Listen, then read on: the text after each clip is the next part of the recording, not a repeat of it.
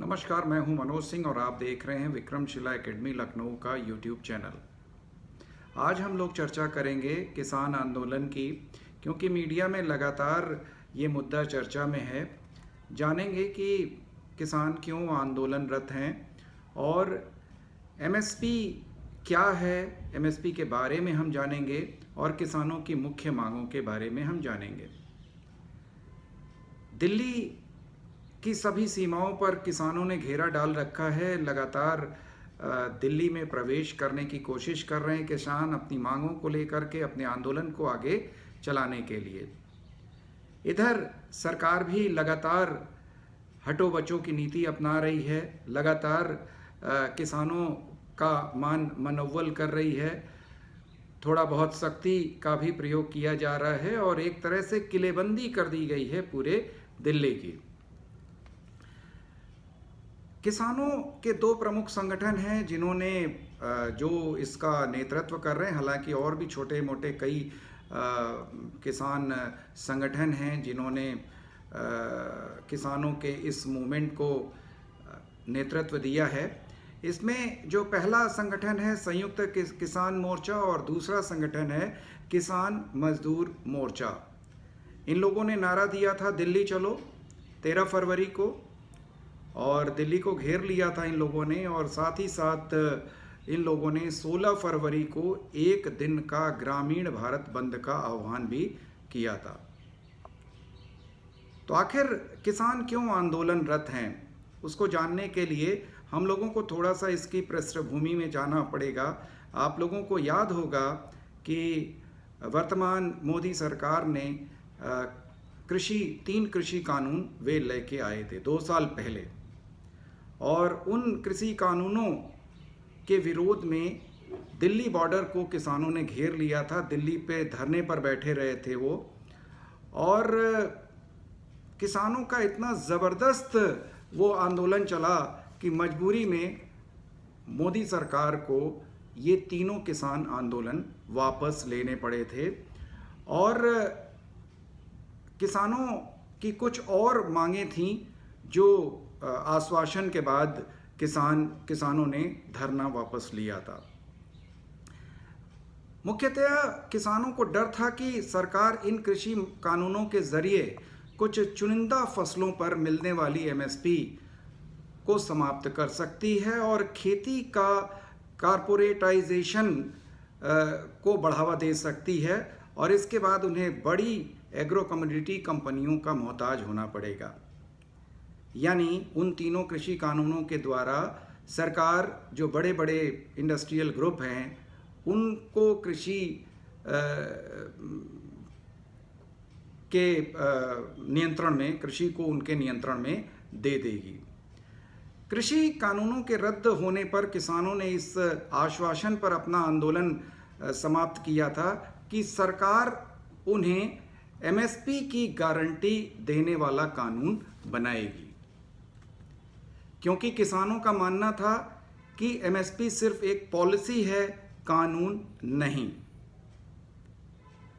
दरअसल 60 के दशक में जब कृषि प्रभावित हुई, फसलें प्रभावित हुई, खाद्यान्न की कमी हुई, किसानों को उनकी फसल का कोई मूल्य नहीं मिलता था, उस समय एमएसपी को लागू किया गया। एमएसपी का फुल फॉर्म है मिनिमम सपोर्ट प्राइस, या एक तरह से प्रत्येक फसल का एक न्यूनतम कृषि मूल्य तय कर दिया जाता था जो जिस मूल्य पर सरकार उसे खरीदती थी। तो सबसे पहले हम लोग विस्तार से जान लेते हैं कि एमएसपी है क्या।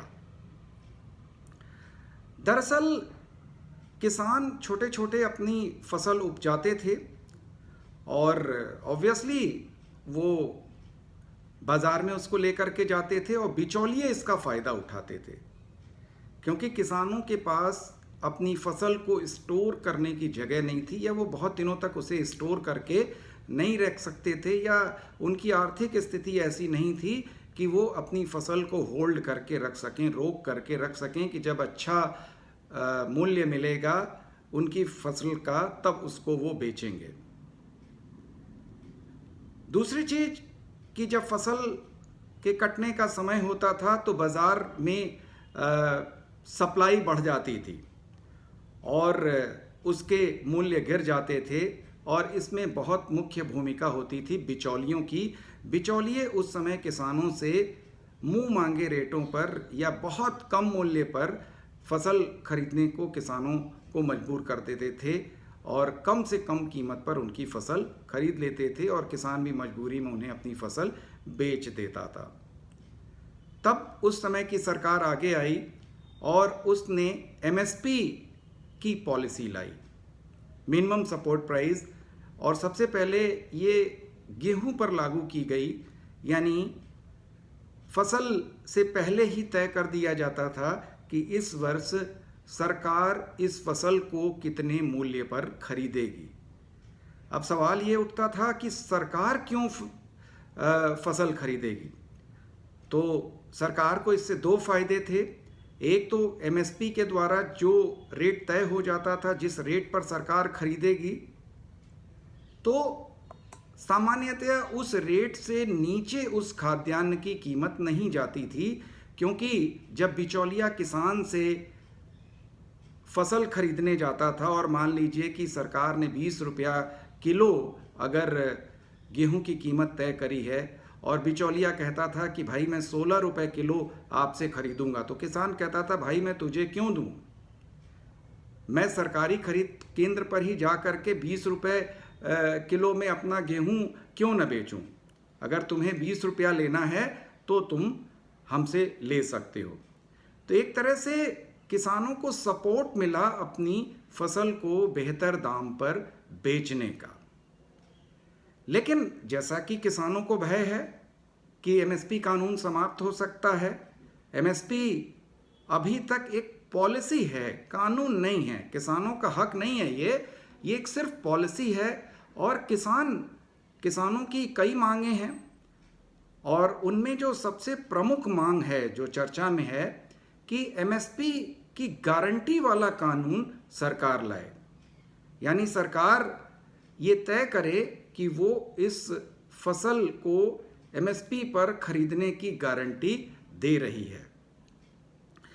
अगर हम वर्तमान में बात करें कि इस समय तक कितनी फसलों पर एमएसपी एमएसपी की पॉलिसी लागू है, तो 23 फसलों पर एमएसपी लागू है। यानी प्रति वर्ष सरकार 23 फसलों का एमएसपी रेट तय करती है, जिस रेट पर सरकार उस कृषि उपज को खरीदेगी। अच्छा, सरकार करती क्या है इन चीज़ों को खरीद करके? क्या अपने गोदामों में रखती है?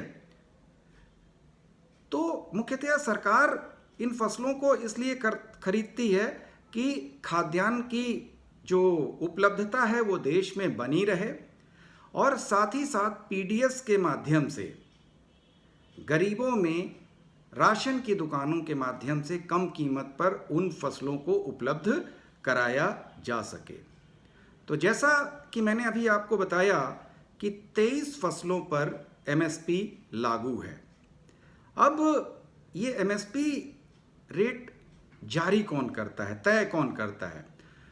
तो केंद्रीय कृषि विभाग का commission for agricultural cost and prices संगठन जो है वो एमएसपी रेट तय करता है प्रति वर्ष, जिसकी घोषणा सरकार करती है।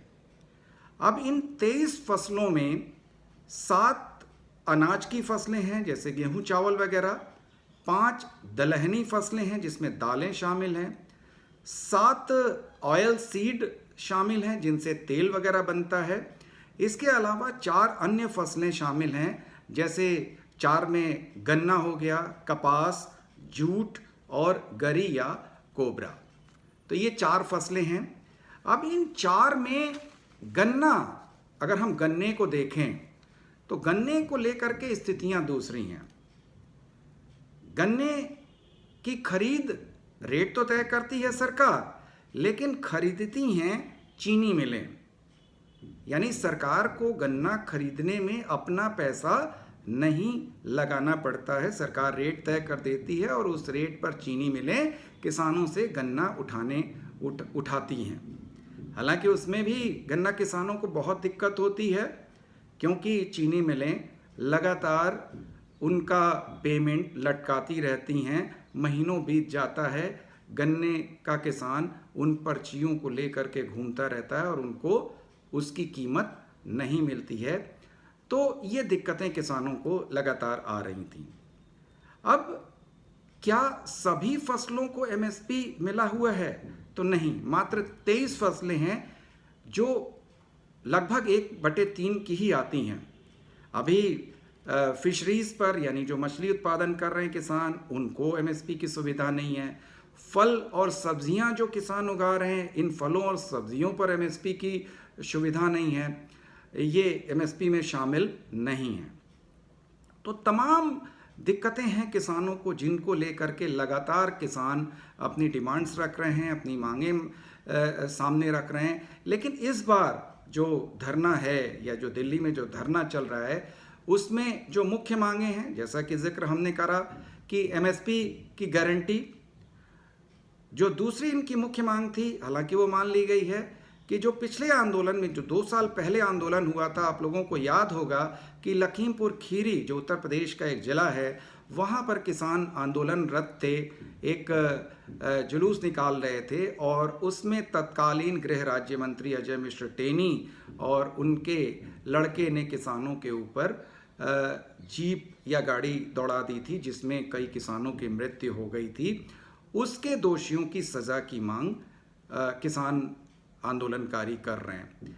तीसरी जो चीज़ है, लगातार आप लोग पराली जलाने को लेकर के चर्चा सुनते होंगे। दिल्ली पर जब भी प्रदूषण होता है, पराली का आरोप किसानों के ऊपर लगता है और प्रदूषण कानूनों के तहत उन पर कार्रवाई होती है। तो किसानों की जो तीसरी प्रमुख मांग है, प्रदूषण कानूनों से उनको मुक्ति मिले, या जो मुकदमे दर्ज हैं उससे उनको मुक्ति मिले। इसके अलावा उनकी एक और प्रमुख मांग है कि जो कर्जा उनके द्वारा लिया गया है और फसलें खराब हो गई हैं, तो कर्जा माफ़ी उनको की जाए। इसके अलावा जो एक प्रमुख मांग है कि किसानों को पेंशन की व्यवस्था की जाए। किसान जब बुज़ुर्ग हो जाते हैं, जब उनका शरीर साथ नहीं देता है, तो उनके लिए, उनके जीविकोपार्जन के लिए उनको पेंशन सपोर्ट सरकार की तरफ से मिलनी चाहिए। इसके अलावा विद्युत कानूनों में भी बदलाव की किसानों की मांग जोर शोर से है। कई मांगें तो सरकार ने मान ली हैं, लेकिन जो मुख्य रूप से अभी एमएसपी गारंटी वाली मांग है, अभी उस पर कोई फार्मूला तय नहीं हुआ है। दरअसल मौजूदा जो एमएसपी फार्मूला है, उसमें किसानों को उनकी फसल का जो मूल्य दिया जा रहा है, उससे उनकी लागत भी नहीं निकल पा रही है। और किसान कह रहे हैं कि स्वामीनाथन आयोग, अभी आप लोगों को याद होगा कि भारत रत्न मिला है, भारत में जो कृषि क्रांति के जनक थे स्वामीनाथन जी, उन्होंने उनके निर्देशन में एक आयोग बना था और उसने सिफारिश की थी कि किसानों को इस तरीके से एमएसपी दिया जाना चाहिए। तो किसान भी डिमांड कर रहे हैं कि स्वामीनाथन आयोग की सिफारिश के मुताबिक उनको एमएसपी दिया जाए, यानी जो लागत है उसका 1.5 गुना, यानी किसान की फसल में जो लागत आती है उसका 1.5 गुना सरकार उनको एमएसपी के रूप में दे। अभी क्या चल रहा है? अभी सरकार सिर्फ इनपुट लागत के हिसाब से ही एमएसपी तय कर देती है, जो मात्र 50% ही होता है, और इसमें किसानों की जो मजदूरी है वो शामिल नहीं होती है। तो सरल शब्दों में कह सकते हैं कि अभी किसान जो लागत लगा रहा है, यानी जो बीज है, सिंचाई है, या जो खाद है, कीटनाशक है, उसके आधार पर एमएसपी का रेट तय कर देता है। उनकी मजदूरी, या जो किसान मजदूर लगाते हैं खेत में, या जो खुद मजदूरी करते हैं, श्रम करते हैं, उसकी तो लागत ही नहीं जोड़ी जा रही है। इसलिए एमएसपी के रेट काफ़ी कम आते हैं और किसानों को कहीं ना कहीं खेती का जो काम है वो घाटे का सौदा लगता है।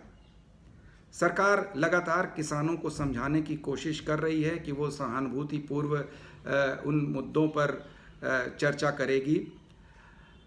इसके लिए बाकायदे कमेटी बनाई गई है, जिसमें कृषि मंत्री अर्जुन मुंडा, वाणिज्य मंत्री पीयूष गोयल और गृह राज्य मंत्री नित्यानंद राय सरकार की तरफ से लगे हुए हैं।